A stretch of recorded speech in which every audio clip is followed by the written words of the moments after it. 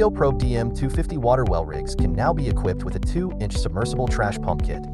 A trash pump is a versatile tool that can be quite handy in various situations on a water well rig.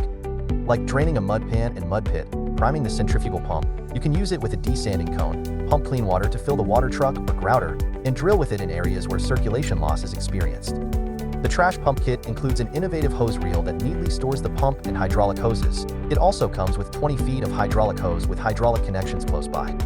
The pump circuit is controlled on top of the operator's control station, is variable speed, and has a detent allowing you to reposition the pump by yourself if needed. The pump features an impeller that will pass up to 1.5-inch semi-solids, and its small overall size and lightweight makes this pump versatile and easy to move around. For more information on all the options available for the DM250, contact us at 785-825-1842 or visit us on the web at geoprobe.com.